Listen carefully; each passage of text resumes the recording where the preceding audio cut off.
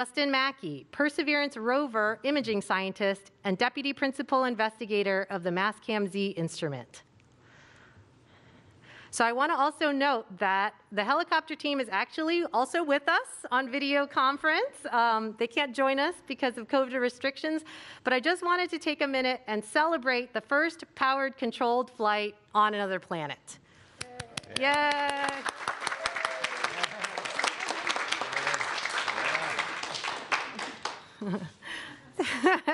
Virtual high fives all around, COVID safe. All right, now I wanted to note that we are going to take some questions. Those of you on the media telecon, if you want to put yourself in the queue, please press *1. Anyone with questions can also ask questions using the hashtag #MarsHelicopter. Okay, so let's get started with Steve Jurasik, who will then hand over to Michael Watkins at the lectern. Go ahead. Hey, thank you. So first, I just want to congratulate the team on an amazing historic first. Congratulations to Mimi, Bob, and Ovard. Just amazing. Like you said, first control-powered flight on another planet, just truly amazing. Also want to congratulate the entire Perseverance team. The helicopter was added somewhat late, to the project, which made it really challenging, not only for the helicopter team, but also for the Perseverance team. So for John and Matt and the Perseverance team who had to figure out how to integrate the helicopter on Perseverance and deliver it to the surface and deploy it, and for Jen and her team, the ops team, who supported this historic first flight. Congratulations to everybody. This was really a all hands on deck effort. It involved the Aeronautics Research Mission Directorate, the Space Technology Mission Directorate, and the Science Mission Directorate. It involved JPL, of course, but also the Ames Research Center and the Langley Research Center. It was really a somewhat unique integration of our aeronautics research talent and capabilities and our space systems development capability that really was able to accomplish this amazing flight very early this morning. I feel like I've followed along with the team while I was at Langley and then at headquarters in Space Tech, and then in the associate administrator role. I make a trip to JPL about once every year, and they'd always take me over to Mimi's lab, the Mars Helicopter Lab, and Mimi would tell me what they've accomplished and all the challenges they've had and what they've had to overcome. And her just excitement and enthusiasm for making this happen was infectious. I think her leadership, along with the talent of the team, made me believe that they could do it, and they did. So again, congratulations. Many challenges, including having to complete the helicopter development during a global pandemic. They had to get the size and weight of the helicopter down so they could achieve, lift using rotary blades in a very thin atmosphere. And then, of course, they had another late challenge with having to do a software change and update, and do that with a helicopter 180 million miles from Earth. So just an amazing job. This really is a Wright brothers moment. It's the start of a whole new kind of planetary exploration, and we'll build on Ingenuity's success to see how we can deploy this capability on future Mars missions. We have this evolution of exploring planets in the solar system. First, we do a flyby, then we'll do an orbiter mission, then we'll do a lander mission, then we'll land a rover, and now we've added another evolutional capability there, flight on another planet. Ingenuity was a technology demonstration, an experimental mission, but its success is truly remarkable, and it gives us this new capability. I believe, along with Mike and Thomas, that we should be doing these types of technology demonstrations on all our science missions to take advantage of the ability to prove out new technologies and capabilities. that will then feed forward to even more ambitious and productive missions in the future. So you all have exemplified what it means to be part of this amazing NASA team. Many organizations, and you came up with this dream and this innovative idea, and you overcame all the challenges and made it happen. This could not be more proud of the team. Again, in the global pandemic, launching Perseverance, landing Perseverance, and now deploying and flying the helicopter, just incredible, and congratulations again. You all really personify the motto of Dare Mighty Things and embody our nation's spirit of persevering even in the most challenging situation. And you are providing inspiration and advancing science and exploration for not only the United States, but for the world. So congratulations again. And with that, I'd like to hand it over to Mike Watkins. Okay, thank you, Steve. It has been a great day here at JPL, and we're very proud that we are continuing to be at the forefront of daring mighty things in planetary exploration. And I wanted to build on something that you noted, which is that Ingenuity is a technology demonstration, right? It builds for the future. And in many ways, it is a perfect example of how we need to be doing technology and how we need to develop technology. And the brilliant engineers, some of whom you'll see in the orange shirts, came up with the idea for Ingenuity, for a Mars helicopter, before we had a name Ingenuity, over 7 years ago. And there was a push from technology, but it wasn't quite clear at that time, was it really the right instrument, was it really the right thing, a helicopter, to put on the Perseverance rover? And so we did what we felt was right, which was we stuck to it. And we kept working on the Mars helicopter. We kept overcoming technological hurdles, and we kept showing why it would be valuable as a scientific instrument in the future. And a combination of rugged support from JPL in terms of technology development, as well as NASA headquarters, and an exceptional team that overcame all the technological challenges one by one until it became obvious that the right thing to do was to put it on Perseverance and fly it to Mars as a full demonstration. And I think that's the kind of partnership, the kind of push of technology and pull of science that we are now seeing to be very productive within NASA. And actually, we're working on several other missions that have technology components, much like Ingenuity, but going to other parts of the solar system as well. Now, our brilliant team has overcome a number of challenges. And for those of you that remember back in 1997, we had a mission called Mars Pathfinder, and it had effectively a technology demo called the Sojourner rover. And that freed us up from being in the place we stuck the landing to being able to drive around. And now of course, those rovers have become Curiosity and our latest Perseverance, capable of driving tens of miles on the surface and going to the best places for scientific discovery.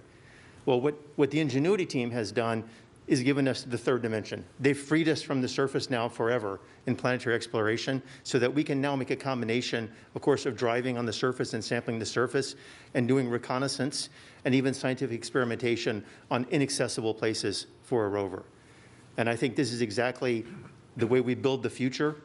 And I think you'll hear a lot more about the scientific promise of rotorcraft on Mars as part and other planets as part of the Science Mission Directorate portfolio. And to talk about the importance of Ingenuity and some of the future, I'd like to turn over to my colleague, Dr. Thomas Zurbuchen, who is the Associate Administrator for the Science Mission Directorate at NASA headquarters. Thomas. Yeah, thanks so much, Mike. And I just want to tell you, as I'm starting here, I'm just so proud to be up here next to Mimi, especially that team here also on the monitor. And I just want to tell you on behalf of all of us at NASA Science how proud we are of you and how we recognize how important you are for this particular success. So I just want to ask one more time, everybody, to join me in applause for the team.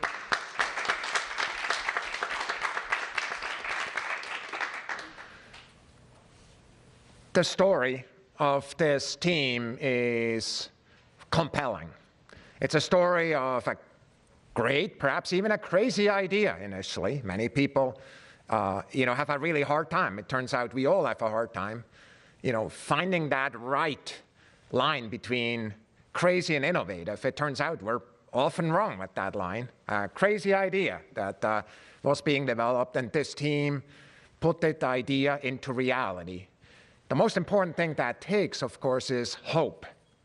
It's the hope that that is actually possible to come together with, with everything this team has, with the personal education, with the commitment to success, and with learning from each other until it actually works. So for me, what I want to point to is the first picture here. And I want to just tell you, this picture means two things for me.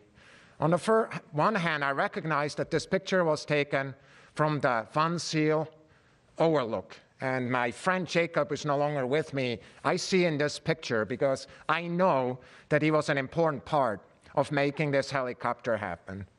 The second thing that is important in this picture is what you don't know right now as you look at it. It's actually the after flight picture. And so it landed there, and it landed on the surface after this flight, and it did so safely. And so for me, again, what I see in this is now not only this amazing little machine, but the team that actually achieved that. And it relates this to a story that's 117 years apart and 173 million miles apart, a story that actually started even earlier with a little toy that a father brought home to two kids. They were about 10 years old. It's a rubber band with a little rotor. It's a little toy that never got out of their mind. They became bicycle mechanics, and they started working on this and actually did that famous record in 1903 when they achieved first controlled flight on this Earth. So when we look at the previous picture that I just showed, I want to just tell you that in homage of this amazing achievement, we have designated, and please pull up the next picture, have designated this landing site as the Wright Brothers Field.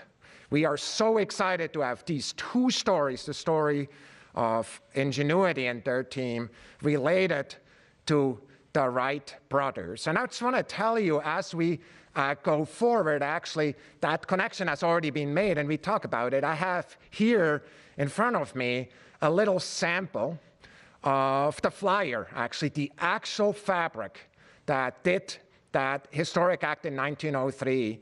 And what I want to show you in the next movie is actually how this sample, you see there's a piece missing in what I just showed you. In the next movie, I show how this piece that is missing was actually included on this flyer, and this morning made history together with it. So for me, Mimi team, Ingenuity team, history connecting those two amazing stories together has been made this morning. And why don't you tell us more, Mimi Young, about it? Right, thank you, Thomas. Well, our team has been working over 6 years, some even longer, towards that dream of experimenting the first ever flight at Mars. And this morning, our dream came true. If we can play this video, this is taken from Perseverance rover, video of our dream, just beautiful.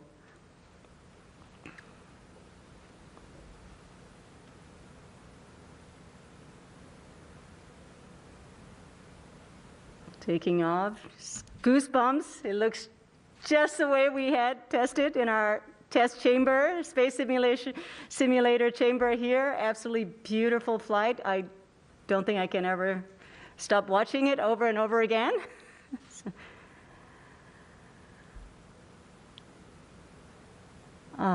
And lands. Well, when things work, it looks easy. I would like to take this opportunity to remind how difficult it is to fly a rotorcraft at Mars. First and foremost, because the atmosphere there is so thin, right? About 1% compared to that at Earth. That's like on Earth being elevation 3 times the height of Himalayas. So the air is very thin, and Ingenuity had to be really light, small, and has to be able to fly in this thin atmosphere and survive on its own It did all of that under 4 pounds. So Bob Belram will be talking more of that, but I did want to remind that. Well, this morning was an incredible moment. Our team reaction here this morning, this video. It was around 3:30 a.m. this morning, but it sure didn't feel like early in the morning. It just felt like a very normal middle of the day, extraordinarily exciting. Data products confirming that we unpacked image and 1 Hertz data. This is downlink handing off to flight control for telemetry analysis. Swash plate servos appear healthy. Overall actuators appear healthy. This is flight control confirming that we have EVRs from Ingenuity. Ingenuity is reporting having performed spin-up, takeoff, climb, hover, descent, landing, touchdown, and spin down.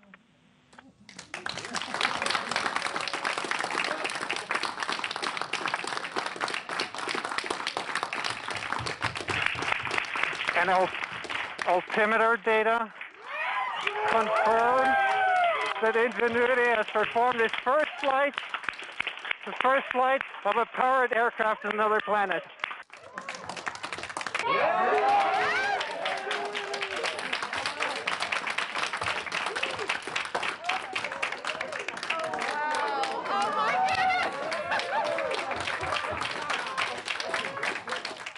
It's unforgettable day, unforgettable day. And you know, it's all about the team to start with. Really, you know, our team across JPL, Ames, Langley, with our industrial partners, AeroVironment, Qualcomm, Celero, Lockheed, others, we were a team. I mean, just a strong team. And during this morning downlink, I did say that we had many friends who contributed to our success. Okay, and including Perseverance rover team and many, many others. And some of them are far away now. And again, as Thomas mentioned, Jacob Van Zyl, I'm sure you were watching our first flight from the Jacob Overlook. So we're thinking about you, David. I'm thinking about you, Jacob. So with that, this early morning flight, what it means for our mission success. Mars Helicopter Ingenuity Technology Demonstration Project has 3 goals in line with NASA's agency-level objectives. So the first is to show on Earth that it is possible to fly power-controlled flight at Mars. We did that before we were launched. And then the second goal was to actually fly at Mars. We have done it. This is the first time I've been able to say we've done it. And the third goal is to get data back that will inform engineers that are going to design, that are designing future generations of Mars helicopters. And we have done that too, and we're going to continue. So beyond this first flight, over the next coming days, we have up to 4 flights planned, and increasingly difficult flights, challenging flights, and we are going to continually push all the way to the limit of this rotorcraft. We really want to push the rotorcraft flights to the limit and really learn and get information back from that. So with that, I'd like to hand over to Bob Belram, our chief engineer and really the innovator of our original design for Mars helicopter. Over to you, Bob. Thank you, Mimi. First, I'd like to just take a moment to thank all of you who have been on this journey with me. There's been many a technical conversation, many a late night, many a test, and I want to thank all of you who have been part of that, and your families and your loved ones who have helped, get us to this point. Ingenuity itself is extremely healthy at this point. In fact, she's even healthier than she was before this flight. She shook off some of her dust that had been covering her solar panel and is in fact producing even more solar energy than before. The batteries are looking good. The communication system is fantastic. The landing gear appears to have worked well. All the servo mechanisms and motors are doing great. The computers and the avionics behaved flawlessly. So all in all, it's in a perfect state. And I'm just really excited to see what all she can teach us over the next few weeks as we explore aerial mobility on Mars. And with that, Howard, if you can tell us about exactly what happened during this flight, that would be great. Thank you. Yeah, this flight was all about proving that it is possible to fly on Mars. So to that end, what we had instructed Ingenuity to do was to climb to altitude of 3 meters, hover there for a little bit, about 5 seconds, then make a turn of about 96 degrees, hover for another 20 seconds, and then go to land again in the same place that it took off from. And that's what we told Ingenuity to do, and it did exactly that, and it did it just perfectly. From everything we've seen so far, it was a flawless flight. It was a gentle takeoff.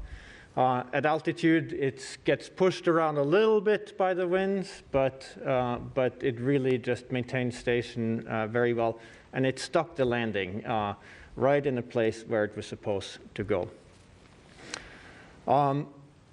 When we were looking at the downlink data this morning, one of the first things, or one of the most important things that we were looking for was this plot that you can see, which is a plot of the altimeter. That was really our first indication, or real proof, I should say, that, yeah, we really did leave the ground. We really did fly. In addition to this kind of telemetry, during the flight itself, Ingenuity was telling us all along what it was doing.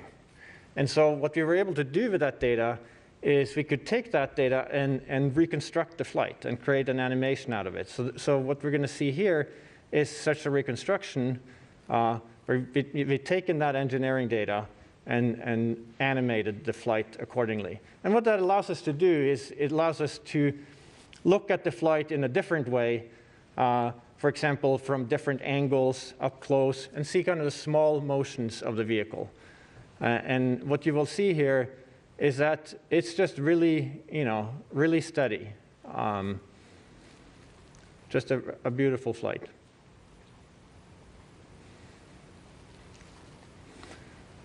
This is the initial hover, and then a turn.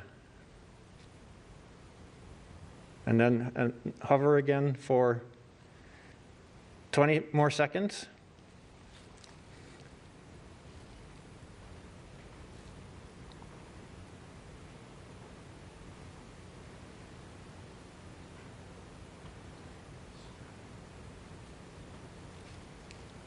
And then the landing.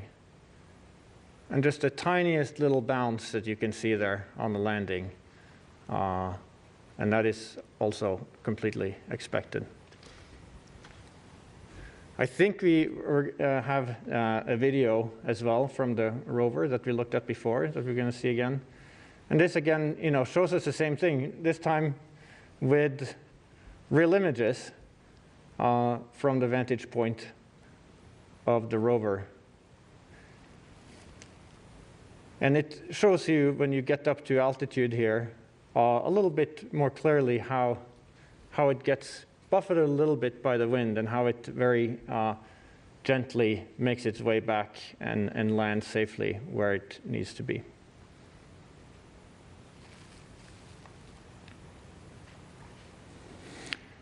And what's exciting about this is a flight that we've done hundreds, if not 1,000 times before, but always in simulation. It's always been on a computer. And to see it now finally happen on Mars and happen exactly the way that we imagine it is just a really incredible feeling. Now, while it was flying, it has to keep track of where it is. And the way that it does that, in part, is by taking images of the ground below it, 30 images per second, and analyzing those in order to understand how it's moving. Now, those images are primarily there exactly for that purpose, not necessarily there to be looked at, but it turns out, we grabbed a few of those images and downlinked them to Earth this morning. And it turns out they're absolutely stunning in what they show. What we see here is Ingenuity taking a picture of its own shadow right below it. And I think this is just a stunning image, notwithstanding the fact that it's a low resolution black and white photograph. We have another image from the same camera, which shows just a moment right before touchdown. You can see the legs are just about to meet the ground here. And this is a very interesting image to me, in part because of what it doesn't show, which is it doesn't show a lot of obscuration from dust, which is one of the things that we weren't so sure about prior to doing this experiment. So already we're learning things here. And in particular here, dust did not seem to be an issue in terms of obscuring the navigation camera close to the ground. In the next few days, we expect to perform further flights, and we also expect to get color images down from the helicopter. Now, one more thing that I want to mention here is that the International Civil Aviation Organization has assigned us a 3-letter designator for Ingenuity, IGY, India Golf Yankee, with the call sign Ingenuity. And those details will be officially included in the next edition of ICAO's designators for aircraft operating agencies, aeronautical authorities, and services. And the location of the flight was assigned an ICAO location designator, JZRO, for Jezero Crater, where the NASA Mars operation took place. And of course, these designators come in handy when we go to write in our logbook. This is something that should be very familiar to any pilot out there. We always want to log our flights so we don't forget that we did them. And so for that purpose, we have, I have this logbook with me. It says the nominal pilot's logbook for planets and moons, because we're always thinking ahead here at NASA. So with that, I'd like to talk to Justin, who will talk more about the imaging. Okay, thank you, Havard. I'm Justin Mackey. I'm the Perseverance rover imaging scientist and also the deputy PI of Mastcam-Z. And I'm here just really happy to be here to share with you the results of our imaging over the last few hours on Mars. There's sort of two cameras that we're talking about. The video camera is the Mastcam-Z camera, which is a science camera that PI is Jim Bell at Arizona State University and his team over there. And it was built by Malin Space Science Systems down in San Diego. Mike Kaplinger, Mike Revine with the hardware group built an excellent piece of hardware for us. And also Jensen running the ops team down there. And Kim Saxon here at JPL as our instrument engineer. And a whole team of people made this happen. So I just want to thank all of them for getting us to this point. And then the other camera, I'll show some pictures from the ECAM system, the navigation cameras on the rover with our ops team. Those cameras were built here at JPL and our ops teams, Nick Ruoff and Amy Culver. So just credit to the entire rover team. I'm wearing my rover blue here. I'm actually on the heli team also, but I had to pick a color. So I'm representing the rover team here. The uplink and downlink engineering teams, just keeping the rover running, the orbiters, our partners, getting us all this data. It's just really amazing, and we thank all of them, both here in NASA and ESA, TGO, and also the Deep Space Network. So I just wanted to thank all of these people for making this really happen. They enable all of this work. So with that, without further ado, I guess we'll go to the video one more time because we cannot see this enough. By the way, it only came down about 2 hours ago, the full frame. So let's go ahead and show the video. I'll talk a little bit about it. It's a 720p video. It's 1280 by 720 pixels. It runs at about 6.7 frames per second. And we originally had the strategy of downlinking the 2.4 second snippet. So there it goes. You can see it taking off. And if you look carefully, you can see it turning in flight. People have talked about that. And this is new. This just came down right before this press conference. Turning in flight and then coming back and landing. So I mentioned the frame rate. This is with our one of our wider angle settings on the camera, 34 millimeters. So it's a little more of a contextual shot. We also shot a full zoomed version on the heli itself where the heli flies out of the field of view. We have not downlinked those full frame images yet. So we're expecting those in the coming days. We did verify from the imagery that the heli did take off about 3 meters above the surface. So that's an independent verification. The heli blades are a little blurred due to the, it's about a 10 millisecond exposure, which is about a 1/2 rotation of the blade at 2,600 RPM, roughly. It's like 0.4. And let's see, and so far we've received about 14 or a little over 1,000 image frames. I counted 1,400 last check out of about 2,000. So once again, the orbiter performance has really made this possible to even show you this so quickly to get video from the surface of Mars. So it's really an amazing feat by everybody. So the next image then is, again, going back to the fully zoomed 110 millimeter Mastcam Z picture of the heli on the ground. Again, this is just a nice shot showing, if you look closely, it may be hard to tell, if you look closely at the center, you can see that there's a camera on the helicopter itself that is now facing the rover, and it was not facing the rover before, so that's proof that it did turn in flight. And it's just a nice shot showing that the heli landed safely, and that's just a great picture to have. So then the next picture is now switching cameras. We're going to go to the NavCam camera, and the NavCam camera does not have the video capabilities like Mastcam Z, but we did take pictures during the flight, and this blink, hopefully it'll blink. You'll see the heli, that's the heli on the ground there, looking carefully. Okay, no, actually, you know what, this is the other one. Now, if you look carefully at the heli, you should be able to see it shifting. That shows the difference between the takeoff location and the landing location. May be hard to see in the video, but we'll put that out on the, we'll release that so people could look at that more closely. I can see it from here, but hopefully it'll come out on the video. So it just shows that the landing was just sort of a real pinpoint landing there by the team, and so congrats to the heli team for just nailing it, Havard and company. And then the last video, or the last blink GIF shows, hopefully it shows the full height there. There it is, okay. So we have the full height of the helicopter there, captured by the NavCam mid-flight, and then a comparison with the heli then on the ground, which will show the full height. It's hard to see the video there from here, but the main summary is that we, actually, you know what, I'm looking at this. This looks like this is the Mastcam Z again. Well, we just got the data all down, so it sounds like it might be slightly out of order. I think the main point here is that we are swimming in data right now, and we're just cataloging it basically and learning about the flight. We're just extremely happy for this this whole team, the rover team and the heli team. And I just wanted to close my statements by mentioning, I mentioned that I was on the heli team. This is like with Bob, like 7 years ago, where we were talking about taking pictures from a heli. Seeing it all come together like this is really reminiscent of another project that I worked on 24 years ago, the Mars Pathfinder mission, where we had the Sojourner rover, which was a new technology, a new capability.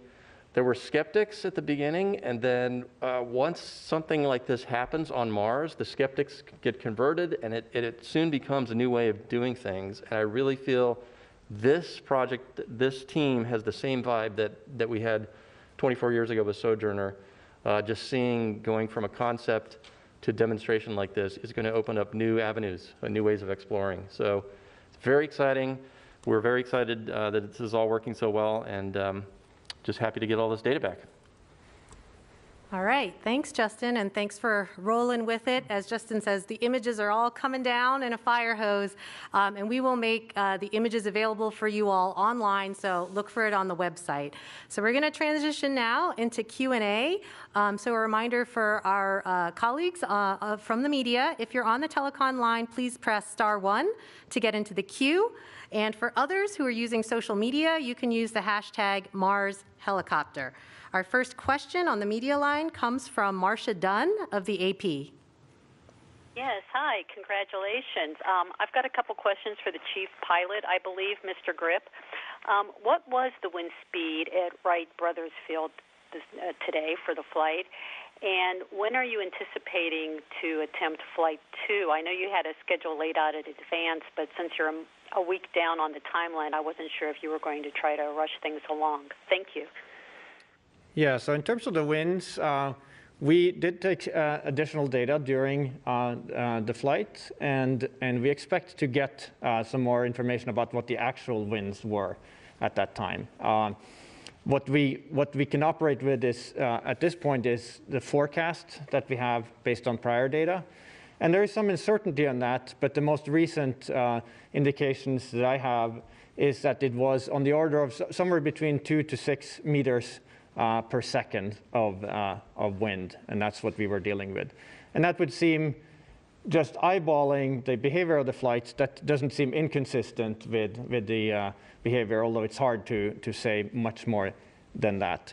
As far as when we perform the next flight specifically, I'll let Mimi perhaps answer that question. Sure, yeah. So we'll get the high rate data downlink from the helicopter to us tomorrow, and then we will be attempting to fly within the next few days. So we're targeting for this Thursday, but we'll know more after we get the high rate data. Great, thank you. Our next caller is Kenneth Chang from the New York Times.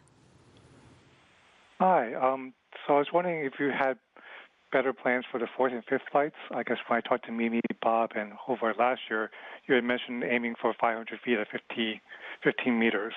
And I was also wondering, when conceivably might there be a second helicopter on Mars? So in terms of flights 4 and 5, I think we still have a little bit of team discussion, on basis of just today's flight, the results of that, and what we're going to get over the next 2 flights, flights 2 and 3. And that will inform what we do for that. But just in general terms, what we're talking about here is going higher, going further, going faster, stretching the capabilities of the helicopter in those ways. But exactly how far in those directions is a discussion that we need to have.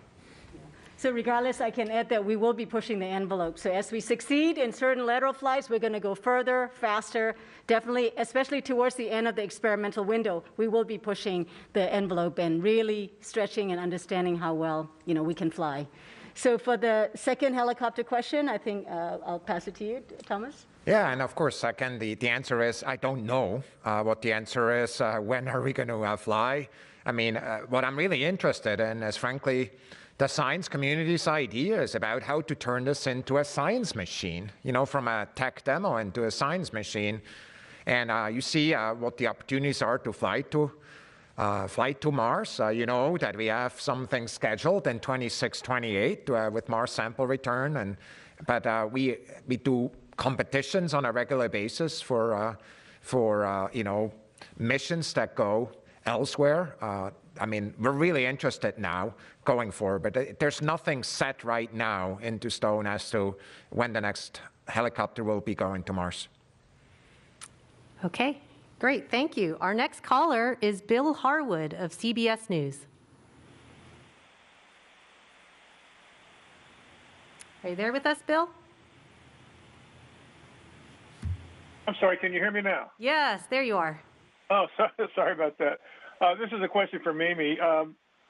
You said in your blog post over the weekend that you guys had come up with this software fix, and you warned us that there was maybe a 15% chance it wasn't going to work. You didn't know for sure, and that if it didn't, you just would try again. What is the strategy going forward, given the results today? Is that what you would do on flights 2, 3, or 4 if one of them gets delayed by this software problem? You would just try again. And I'm wondering, is there a deadline where the Perseverance folks really want you to be finished so they can go on with their mission? I'm trying to wonder if there's some clock running on you guys. Thanks. Absolutely. So this command only option that we chose, the simpler option, it has paid off. We got our first flight in hand. And for the second flight, we will be using the same technique. And so far, it's working well. We've been testing it on Ingenuity, and then today it worked well. So we're going to proceed in that direction. In terms of the duration, yes, we have a 30-day experiment window, and so we have about 2 weeks left. And we believe we'll be able to squeeze the next 4 flights that we have planned. This increasingly bolder flights, we want to go hundreds of meters out towards the end. We do want to push it, and I believe we have enough time to squeeze the next 4 flights in the next 2 weeks left. So again, thank you to Ken Farley, the Perseverance rover team. We will be done in our month, and the rover needs to go on for his primary mission. That's it's very important. So that's the plan. Okay, great. Yes, we have a month of ingenuity and still some time left. All right. Our next call comes from Steve Gorman of Reuters. Go ahead. Hi. Hope you can hear me. Thanks very much. I just wanted to know, I'm not sure who to direct this question to exactly, but are there practical implications of this success of ingenuity, not only for expanded, enhanced Mars exploration, but for similar modes of aerial exploration on other worlds, such as Venus or Titan? Sure. Bob Bellroom, our chief engineer. Bob, do you want to take that? Yes. The general technique of aerial flight is applicable to, places like Titan and Venus. The specific vehicle, I think, will be quite different. Titan's a much easier place to fly, easier even than Earth in some regards. And Venus has, depending on where you want to fly, has, certain temperature issues. So the specific designs and will be, quite different. But yes, this does open up that doorway. And I think the bigger lesson here, I think, is also how do we operate these vehicles? How do we test these vehicles? So there is that kind of knowledge that we have learned from this process of flying Ingenuity that will definitely transfer over and be useful for the folks who will be considering missions to those places. Thank you very much. Okay. Congratulations. Okay, all right. Thanks, Steve. Next up, we have Mike Wall of space.com. Thank you all for doing this. Just a quick question for probably Justin. Could you just kind of talk a little bit about how difficult it was to get those shots? It seems like everything is perfectly centered and everything worked extremely well. And I know you guys practiced, but was that tough? And a quick second one, do you guys plan to actually try to capture audio on the next flight, like whenever it happens? Thank you. Yeah, so that's a great question. I can tell you from firsthand experience that was harder than it looks. In fact, I think I speak for our entire imaging team that we're kind of relieved that we caught it in flight. We had practiced this 3-4 times before, and this was the first time that we were able to nail it. I think it's an interesting problem. You have two different spacecraft with two different time. They both have this roughly the same time, but they operate differently.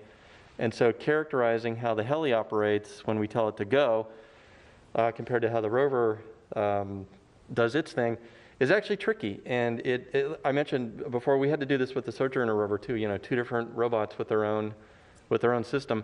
We had to do the same thing here. And I think it's a credit to the team that we kept trying and over. And we were having debates, should we do one long video at one spot or do scatter shot? And so we ended up doing a mixture of both. And the fact that it worked out so well is just amazing to all of us. And we're very happy to be able to show these videos today.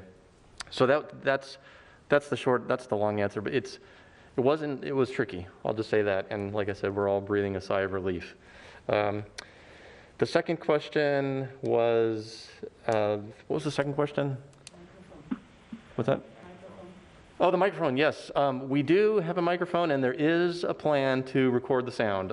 We didn't want to put that into the first observation or the first try because it was complicated enough just trying to get the video to work. And so we're going to be putting that in an upcoming plan. I'm not sure if it'll be the second flight, but it's certainly one of our later flights. We have two microphones. We have the EDL cam microphone and then the super cam microphone. And I can tell you the microphone owners are very eager to try, and so we're waiting in the wings to get them to get a chance to record it. And that goes along the lines of, starting out conservative and getting bolder. And one concern we have is if we turn on the microphone, just in case there's a chance of, EMI interference between the microphone and the helicopter flight. So we really want a few birds in our hands, and then we'll play with the microphone at that point. Okay, great. Okay, next caller is Paul Brinkman of UPI. Hi, yes, thanks for taking my question. Mimi, I guess I would like to know, you kind of hinted at this several times. Do you actually want to or expect to see Ingenuity crash at some point because you've pushed it to its limits? Is that kind of like the ultimate test to see how far it can go, or what do you ultimately think its fate will be? I've heard some people just in idle conversation wondering if it could tag along with Perseverance to stay in communication range. So what will its ultimate fate be? Well, my current view, I believe, we're together on the team. We do want to push it to the limit. Well, and ultimately, Thomas, Mike, just getting your permission. Really, because by going faster, further, our models are checking out at this time. They look good. They matched, our models matched what we saw in our test chamber. The flight today perfectly matched, what we were predicting. And so, but we want to push. We want to push against the wind. We want to push against the speed. And ultimately, we expect the helicopter will meet its limit. But that information is extremely important. This is a pathfinder. This is about, finding, is there any unknown unknowns that we can't model? And we really want to know what the limits are. So we will be pushing the limit very deliberately. I think it's also important, and I think I just want to tell you this plan was put together by Mimi and her team, and I just want to tell you it's also important and totally supportive of that plan to actually deal with this like a tech demo. We really want to be sure that when everything is said and done, we know the full scope of what's possible with that type of flying machine. And so for us, that's really critical, and for me, kind of really putting kind of a scope, a constraint around it, like the month of Ingenuity is very much in the spirit of a tech demo. That's exactly what you would want to do, right? Kind of to make sure that in fact we're putting the pedal down and are going for it. And I just applaud the entire team and of course, the entire Perseverance team to basically who are part of this experiment. So I just can't wait to see what the next flights are like, Mimi, and as we go forward, how this story will go on. All right. Well, in the spirit of sort of casting ahead, I'm going to take a social media question, and I think this one's for Bob. Space Tourism on Instagram asks, do you think you will be able to scale up the concept and fly heavy payloads, and by when? Yeah, so the fundamental, dynamics of these vehicles does scale up to fairly reasonable sizes. So we are thinking of things in the 25 to 30 kilogram class, which is, about the 50 pounds type of class of vehicles. And those vehicles would carry maybe about 4 kilograms of science of that order, about 10 pounds of science instruments. And so early design work on that has started in terms of conceptual designs, and to see what would it take to deploy these and operate them. And so that would be, I think, a good sweet spot for the next generation design. Anything much larger, the packaging of the blades and things becomes quite awkward, so may not be quite feasible in the near term. But definitely something in the 50-pound class compared to a little 4-pound Ingenuity is definitely something that's very feasible, and is actually like some early progress has been made in that direction. Great. Thank you, Bob. Another social media question this time for Mimi. Pete on Twitter asks, what has been the most challenging part about this process? What is the most interesting thing y'all have learned from this flight? Most challenging? Well, I think Bob can answer it. First was meeting that 4-pound, that 1.8 kilogram limit.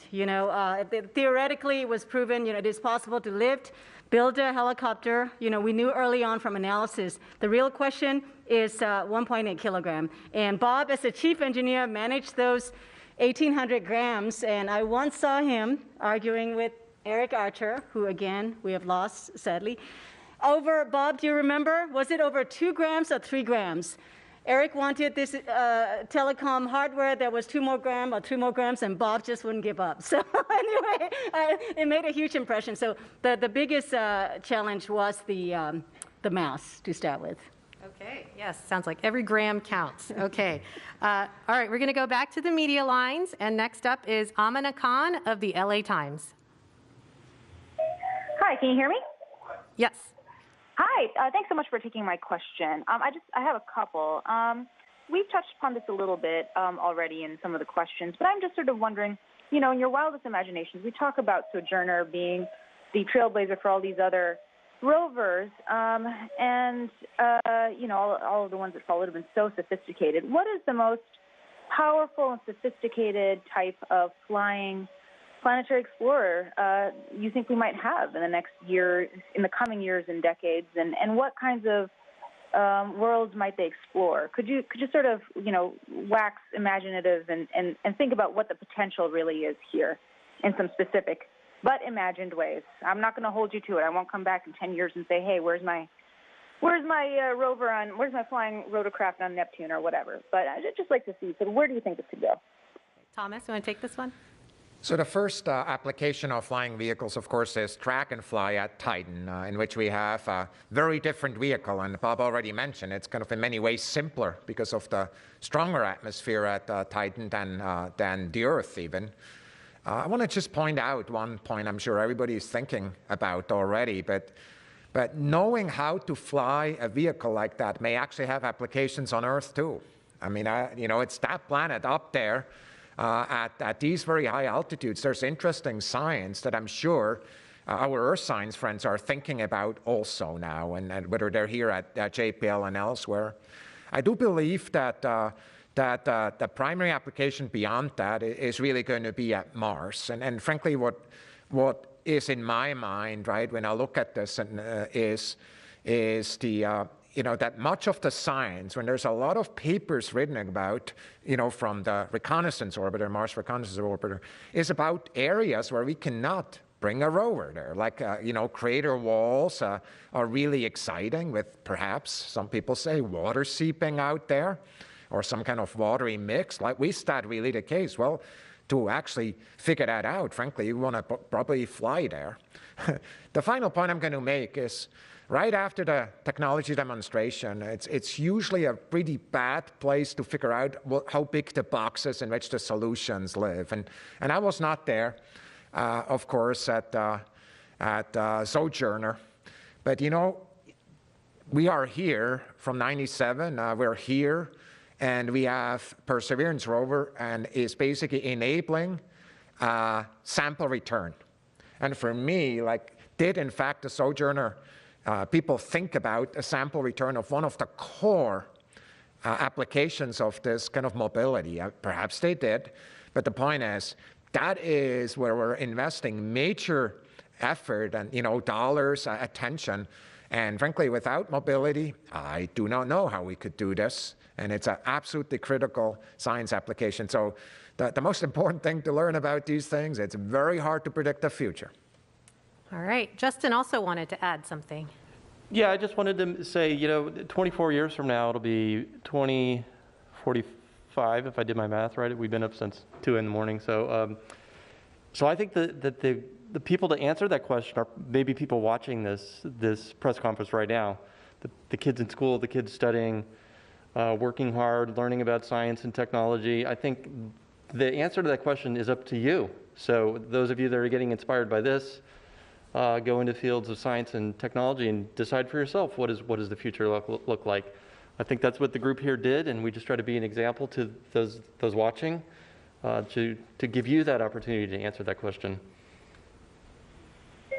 Thank you. And just a clarification on Ingenuity and testing it to the limits. Are we looking to fly it as far as possible or as hard as possible, if that makes sense? It is a question that I don't think we're fully decided on yet, where exactly we want to push it. As I mentioned before, you can talk about flying higher, you can fly farther, you can fly faster. Those are 3 particular areas where we'll be looking to in terms of possibly stretching the capabilities, assuming that things go well over the next 3 flights. That's where we'll be looking, but exactly how we prioritize between those different things, I think is still a discussion that we need to have as a team. Thanks so much. Great. Thank you, Hovard. I think the gist was that it's hard to look into the future, but thank you for the glimpses into the future. Our next caller is Eric Mack of CNET. Yeah, hi, thank you for taking my call. This is looking a little bit far down the road, but I know that NASA has an entire technology transfer office and often likes to spin off its technology. So I wonder if there's been any discussion within the agency of possible applications for this technology here on Earth. So I did not check with the technology transfer office, of which we're really proud.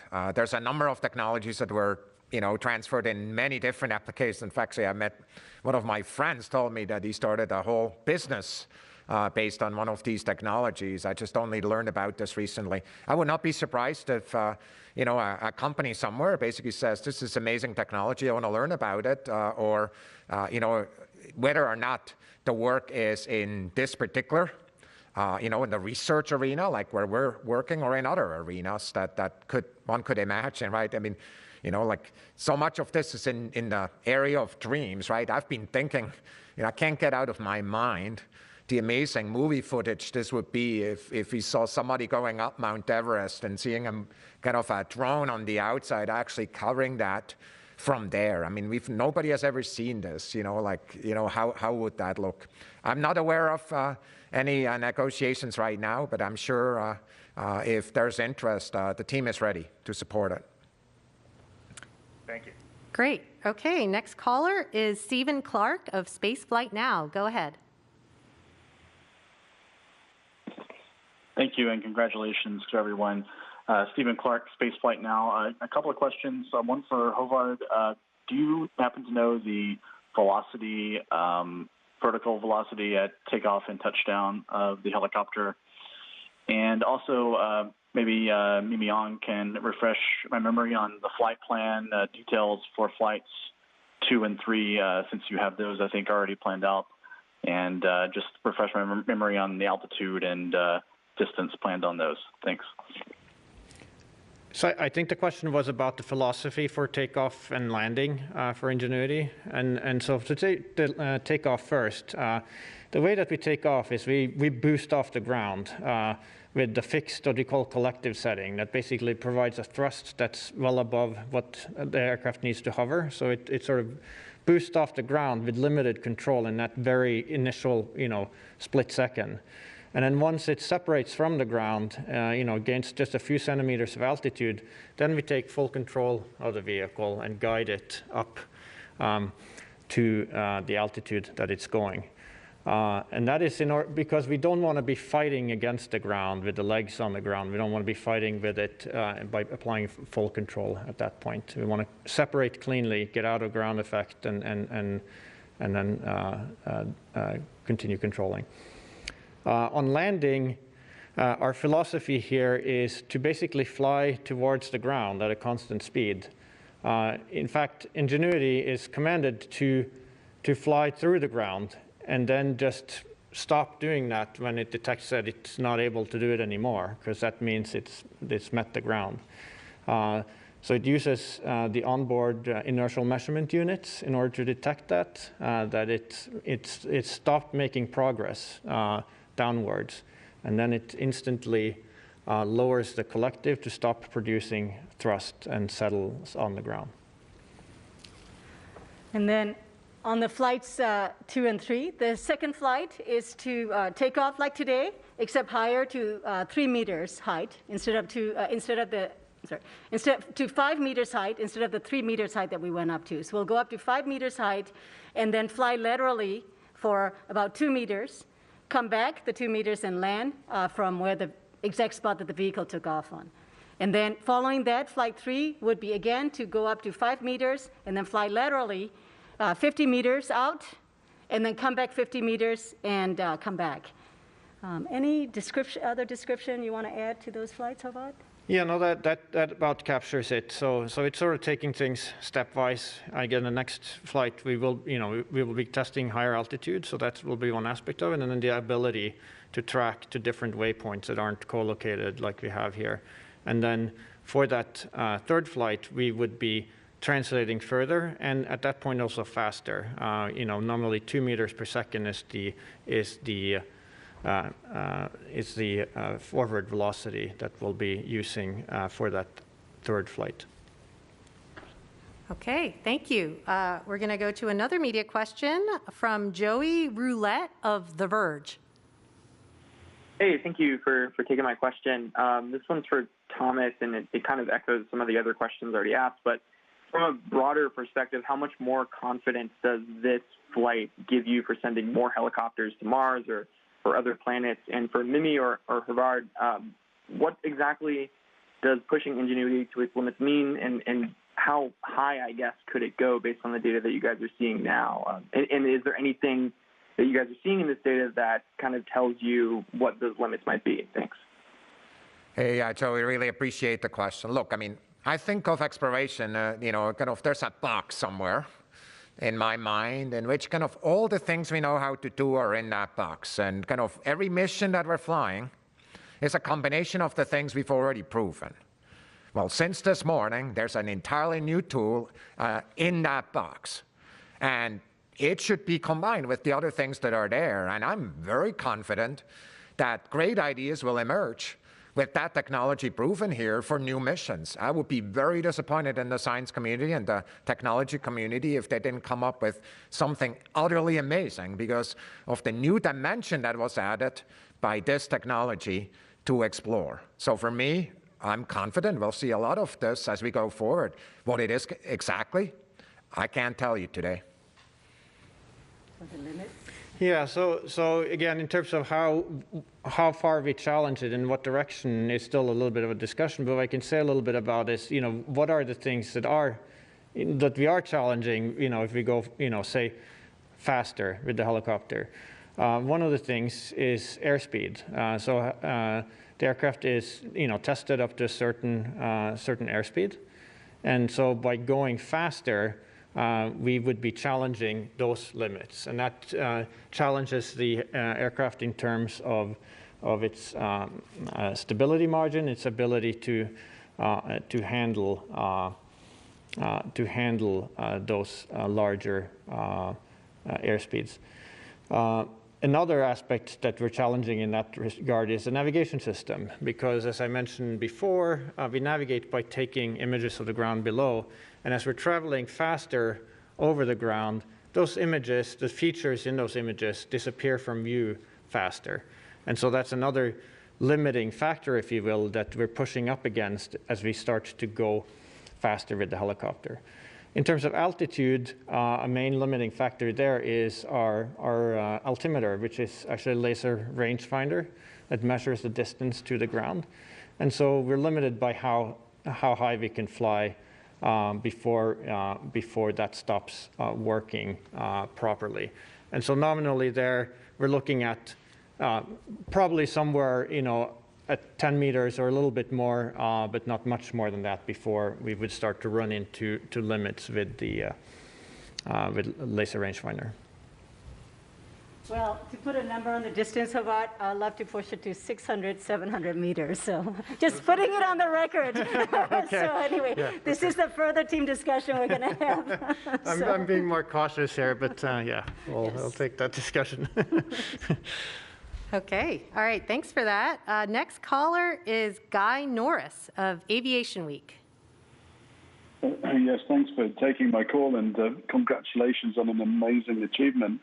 Obviously, you are at the beginning of the first ever extraterrestrial flight test program, I guess. And one of the things I was wondering about, just to go back a little bit to what Mimi was saying, was the lessons learned, how quickly you'll be able to draw on these lessons learned for the following flight test program, for the following flight test. Specifically, the RPM, the liftoff RPM and the descent rate that you saw on this first flight, will you be able to basically work on analyzing whether those were within predictions, as you said? And the last part is just, could you say what these vertical velocities were on liftoff and touchdown? Yeah, so we will be getting, so the data that we've seen so far is actually fairly limited. We will be getting, in the next few days, we'll be getting a lot more data down from the helicopter, and that'll tell us a lot about how it performed. So in relation to the RPM, for example, the RPM is set based on what we expected the density to be at the time of flight. In order to put us in a particular operating regime. And so what we will see when we get data down is we'll see what did the helicopter have to do in terms of the controls operating at that RPM.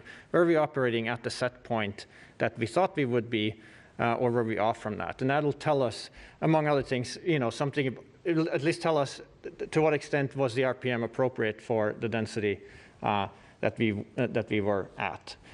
So that's one example of that. We'll also get a lot of metrics that will help us analyze the navigation system. and see how well did it do at tracking features on the ground during flight. And then I didn't actually hear the last question that was asked, if you could repeat that. It was really just in terms of the velocity, really, of the. But as you said, I think you're still going through the data. I just wondered if the touchdown did seem rather sporty in terms of the descent rate. But I presume that, as you mentioned, is part of the philosophy of how you approach that landing sequence. Yes, it is. It definitely is. So we descend at 1 meter per second, and as you know, in terms of sportiness, you can see we don't slow down when we start to near the ground, and there are multiple reasons for that. One of them is we just don't want to hang out too long in ground effect. Another reason is we are assuming that we could be obscured by dust when we're operating close to the ground. Now, as you can see from the images, we don't see much indication of that, but that's been our long-standing assumption, and for that reason we don't use the camera or the laser rangefinder when we're near the ground. We're just operating based on what's called inertial measurements, and those tend to drift very quickly. So we want to get, when we're in that mode, we need to get down to the ground quickly. So that's another reason to just aim for the ground at a relatively high velocity and not try to slow down too much in the process. And the third reason is because we're sensing that we're meeting the ground, we want to do that confidently. If we just barely touch it, it's hard to detect that that's what you did. And so we touch down confidently. We can very easily detect that we did so, and then we can stop flying. Got it. Okay, all right. We're going to take a social media question here. This is for Mimi. Donnie on YouTube asks, what advice would you give for girls and young ladies in school around the world who are interested in pursuing a career in space-related technology? My advice, if you're attracted to it, go for it. Don't let anybody talk you out of it, including yourself. So I like to say, find an intersection of what you like to do, what you're good at, and the cause that you want to make and improve on. Find that intersection of those three. When you find it, like it sounds like you are attracted to STEM, go for it. And it takes tons of hard work, but it won't feel like hard work because you're going to enjoy it so much. Your passion's going to come out of it, and you will be able to make whatever you want to make happen. So yes, my biggest advice, don't let yourself talk you out of it, and definitely don't let other people talk you out of it. Thank you, Mimi. Okay, we're back to the media lines. Rick Lovett of Cosmos Magazine. Go ahead. Yes, thank you very much. My question has already been answered. Okay, all right. Then we will take the next media caller, Leo Enright of Irish Television. Thanks very much, Jairi, and congratulations to everybody. I have a semantic question for Bob Balaram. Some people may not realize that we journalists are people who look over our shoulders and check what we write. In Europe and Asia, we call these people sub-editors. And my sub-editors want to know, why do I keep calling this a helicopter, and why do I not call it a drone? Can you help me answer that? And Jairi, if I could ask a second question to Justin Mackey to know, where is Perseverance going to be during this extended flight test program? Is it going to stay in place, or will it move around between flights? Thanks. Yeah, so purely as as a terminology, whether you call it a rotorcraft or a helicopter or a drone, you could use those interchangeably. I think one of the connotations of drone here is that it's has a little bit of an off-the-shelf. You go buy it at your favorite store, and you can fly it out of the box. Ingenuity is quite different. It had to be designed from the ground up for a very alien, very harsh environment. We don't have drones that survive minus 130 degrees Fahrenheit at night. We don't have drones that fly in 1% of the atmosphere of Earth. So if you're careful about using the word drone, and you remember that this is a very, very, very special drone, you could say drone. But just want to make sure that people don't lose track of the fact that it's a very special aircraft that's quite unique. But, you know, if you want to call it a drone, helicopter, rotorcraft, depending upon your community and your audience, feel free. Okay, and then Justin, you want to? Yes, so the rover is actually going to stay at its current location during the next few test flights. This location was actually, there was a fair amount of discussion about where to park for the duration of the month of Ingenuity, and the science team spent time debating that and picked this location. There are a lot of interesting nearby rocks that the team has actually been, over the weekend, doing a lot of interesting discussion about trying to understand where the local geology, and they're keeping very busy actually.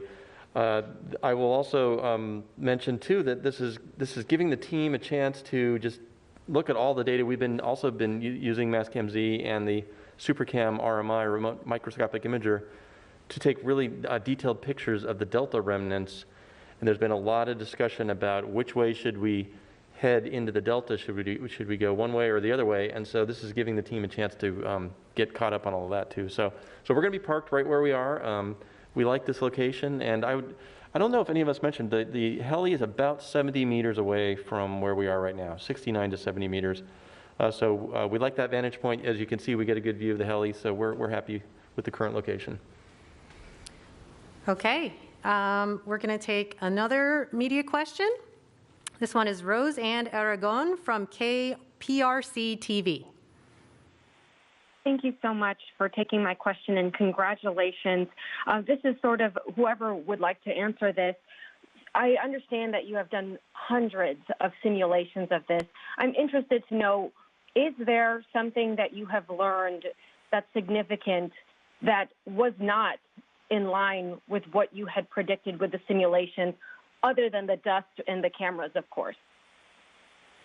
It looks like, like it did in simulation. It's, again, we're going to get more data, and so we're going to mine through that, and we're going to learn things from that, and there may be things there that are unexpected. But just looking at what we've seen so far, it certainly, flies very much like what we predicted in our simulations, which is really great. And as far as the dust, yes, our fears about having obscurations from dust near the ground do not seem to be borne out. We always knew that there was uncertainty with that, and we always took a cautious approach to it in terms of how we designed it. And I'm happy that we did. And but it doesn't seem like the worst concerns in that area came true. And just to add to that, this morning, Jaco Karras, who was looking at the telemetry from the motor and the servo controls, he said, telemetry just looks exactly like what we see in the chamber. So anyway, it is looking really good, and but we'll be scouring through the data. This is what Tech Demo is about. So we will be looking at the high definition, high rate data over the next few days. Justin, do you want to add something? I'll just add, from the imaging point of view, we've learned a lot from this first flight. It's very hard, as you might imagine, it's very hard to simulate a helicopter at 70 meters, full speed, spin, to get the timing. And so we're going to take what we learned from our imaging today, and we're going to work to improve the additional flight imaging attempts. So stay tuned, and we're hoping to have even better video to show. Great, okay. Thank you so much. And go ahead. With the full scope of understanding the vehicle itself, where will this helicopter be the most productive and that would bring the most information on Mars? Thomas, do you want to take that? There are many areas on Mars that, frankly, we would like to have more information about, and that information is not accessible in any fashion by rover. And so for me, if I was to make a prediction, and again, Yogi Berra said it's hard to make predictions, especially about the future, and that also applies here. But if I was to make a prediction, I would say the first type of applications are in one or another location like this, especially crater walls or specific craters where we just can't get in, and we would like to see what's there and how the walls are composed. But somebody else may have a different idea here on the panel, or I'm sure in the science community with 10 scientists will have 20 ideas. Okay, thank you. All right, we're going to take another social media question. Maybe Mimi can start with this, but it probably applies to everyone, especially the people on our video conference. Stephanie Lee on Twitter says, how is the Mars helicopter team going to celebrate this amazing accomplishment? Well, okay, I'll answer. First of all, this is the first day in our 6-7 years of effort that we feel licensed to celebrate just the way we are. Hovarth's one of them, Josh Revich another one, Teddy Zenitov is another one. There are a few who have never let me celebrate fully that have always said, not yet, not yet. And so we've had a long journey. You know, we came from a little prototype to a risk reduction vehicle, to engineering development model, to Ingenuity, and then how to get onto the rover, getting launched, and then surviving the launch and surviving the drop, and you know, and here we are. Every step has been huge, and we have never allowed ourselves to celebrate fully. So yes, we will be celebrating 100% fully. We're authorized for the first time. But I'm sorry to disappoint you. We don't know what our party plan is. At least a WebEx happy hour. Now, Bob, do you want to chime in? Bob is usually, can you tell? He's our chief engineer and innovator. So he always thinks out of the box. I don't know, Bob. What should we say? Oh, I don't know, Mimi. I think we could look to you for leadership even here. Then we're in trouble. So anyway, that's a great question. Yeah. Well, I know we're under COVID conditions, but hopefully you could see everybody smiling under their masks. All right, we're going to go back to the media lines. We have Kin Song Lee from Hong Kong Cable News. Go ahead. Hi, thank you. I'd like to ask, what's the meaning of this flight for the aerodynamic studies? And I hope you could explain a bit more on whether we could fly other kinds of aircraft on other planets. Thank you.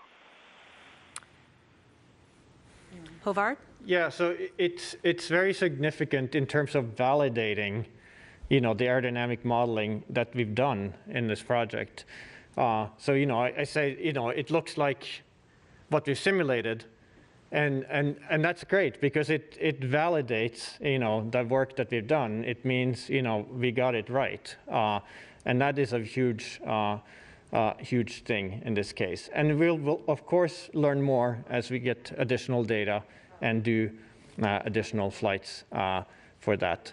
And as far as doing flights elsewhere, I think maybe Thomas could comment on that.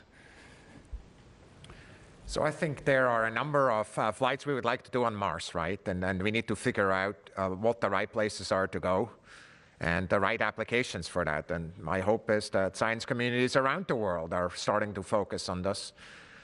Going to Titan is something we're already working on right now with a vehicle called Dragonfly that is under development. And even though that's a very different atmosphere aerodynamically, a lot of the lessons learned here is how to test these vehicles and how to get them ready and actually put them in place. I think a lot of these lessons learned here are actually utterly applicable. There's other bodies, of course, in the solar system with atmospheres, and I would not be surprised if great ideas can come about to go to these as well. But those are the two obvious places to think about right now. Okay. All right. We have another caller on the media lines, Ken Kramer of Space Up Close. Go ahead. Thank you very much, and congratulations to the whole team. I have a question. For the fifth flight, if you get that far, is there any possibility that you might fly the helicopter towards the path that you're going to drive the rover and then drive past? If you do that, would you then drive up to the helicopter and take some pictures of it and inspect it and see what it looks like? And for Thomas, do you have any room on the 2026 lander for a helicopter? Thanks. Well, for the fifth flight, after as much as I can push Hovarth to go as far as possible, I care about going really far and really fast. That number, which I'm really hoping is 600 meters kind of distance, and as fast as we can go is what we care about. I have to say, I did share with Ken Farley and Mars 2020. We don't care which direction. We really want to push the helicopter flight in the distance. So I would like to turn the question over to Ken Farley and Mars 2020 folks, if there is a preferred direction. So that is a conversation to come. So from our perspective, we want to push the distance and the speed. So stay tuned. So you asked me, hey, Ken, you asked me about 26, or the Mars sample return campaign. I just want to tell you, the Mars sample return campaign, the most important thing we need to do is keep it streamlined as possible. There's a lot of things we could be adding to this, and science instruments, this and other things, and frankly, the campaign that we have in front of us is very much focused on exactly one key objective, and that is to bring the samples back to Earth. And everything that we're doing is supporting that objective. So technology demonstrations, are a really critical part. I think Mike Watkins said it well at the beginning. We want to see wherever we can do it. I just want to also mention that for many missions, focus is a very critical part as well. And so often, what we need to do as explorers is have two opposing thoughts in our minds at the same time. So that's what's going to happen here also. Okay. All right. So thank you. We're going to take another media question. Manuel Mazzanti from Debate. Hello, everybody. Congratulations. NASA, JPL, the entire team, even the guys remotely. This is an historic day. Mimi, your enthusiasm is contagious, definitely. A question for you, or maybe for Harvard. The 96-degree rotation of the helicopter was done to see how the helicopter responds to certain commands, or was it done to point the camera towards the rover? And I wonder if we are going to be able to see the rover from the Ingenuity perspective. So we wanted to make a turn because it goes a little bit further than just a straight up and down flight. And the particular turn that we did there, the 96-degree turn clockwise, did put the camera, the return to Earth camera, pointed towards the rover.